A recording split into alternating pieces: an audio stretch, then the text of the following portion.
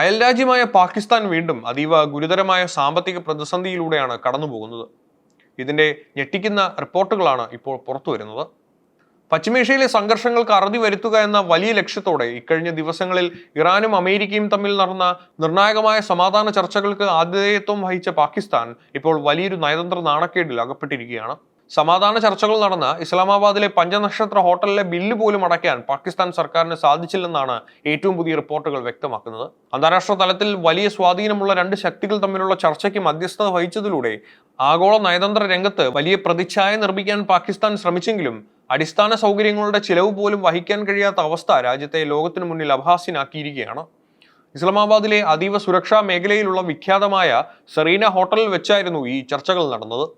ലോകരാജ്യങ്ങൾ ഒന്നടങ്കം ഉറ്റുനോക്കി ഈ കൂടിക്കാഴ്ചയ്ക്ക് ശേഷം ഹോട്ടൽ ഉടമയ്ക്ക് നൽകേണ്ട ഭീമമായ തുക നൽകാൻ സർക്കാർ ഒളിച്ചുകളി നടത്തുന്നത് പാകിസ്ഥാന്റെ തകർന്നടിഞ്ഞ സമ്പദ് വ്യവസ്ഥയുടെ യഥാർത്ഥ ചിത്രം വിളിച്ചോതുന്നതാണ്.